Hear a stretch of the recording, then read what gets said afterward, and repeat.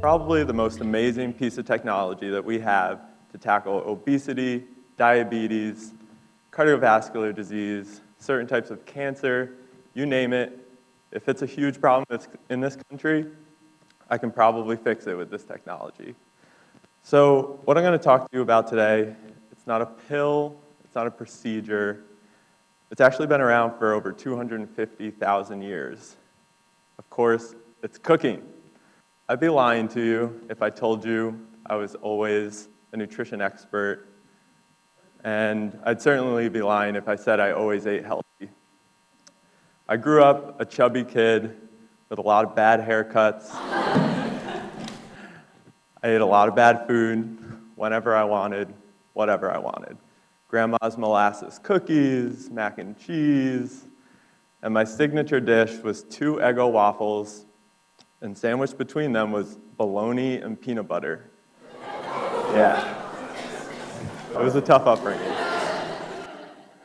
So, I've had a long journey with food, and when I got to college, I really started to see the power that food had to change my life.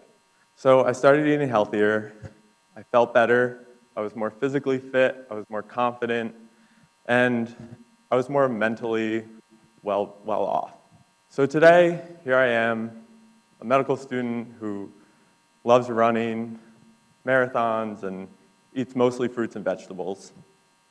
My 16-year-old self would be pretty shocked that I was up here talking to you all. But I'm not alone.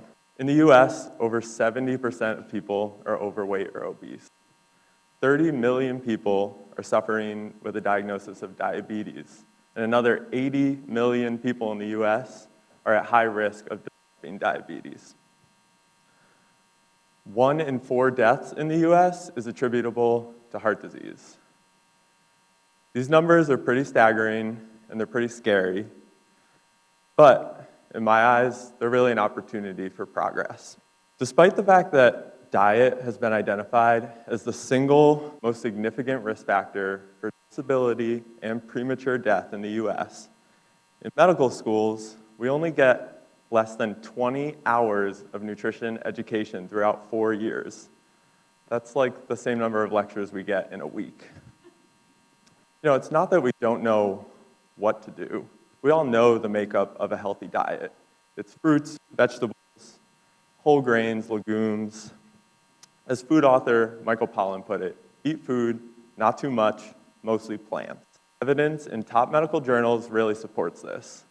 If we eat more fruits and vegetables, more whole grains, we'll have lower rates of cancer, lower rates of cardiovascular disease, and even lower all-cause mortality. Sounds pretty good to me. We all know what to do, we just don't know how to do it. And that's where this great idea of culinary medicine is born. So culinary medicine empowers doctors with the ability to cook.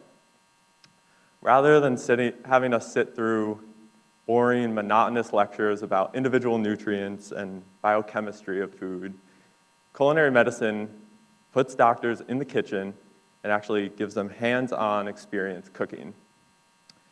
And the evidence shows us that doing this actually makes doctors better equipped to talk to patients about nutrition, makes them more confident and more likely to talk to patients about nutrition. So to show you guys how easy this is, I'm going to be making my chocolate avocado mousse. Sounds fancy, but it's really easy. I'll run you guys through it. So I'm going to start with a blender. Pretty much everybody has one of these. You can get it, without too much trouble. Easily accessible. Half an avocado. It's going to give us some great monounsaturated fats. Also a lot of fiber. Some bananas. Again, great source of fiber. Also going to give us some potassium. I have some chickpeas. Don't tell anybody I put these in there. A lot of protein, great amount of fiber. Some unsweetened cocoa powder, again, packed with protein. Then a little bit of maple syrup and some vanilla extract, just for a little sweetness. And some almond milk, unsweetened. All right. And blend this up. for 20 to 30 seconds. And this is what you get. My chocolate avocado mousse. I like to top it off with a nice, healthy helping of berries, a little extra sweetness, some great antioxidants. It's going to keep you happy, full, feeling really good. So I'll end today by telling you guys another brief story. So I was on clinical rotation this summer, and my attending doctor turned to me and he asked, "Ben, is there anything else you want to know about this patient?" And of course, I said, "Let's talk about their diet."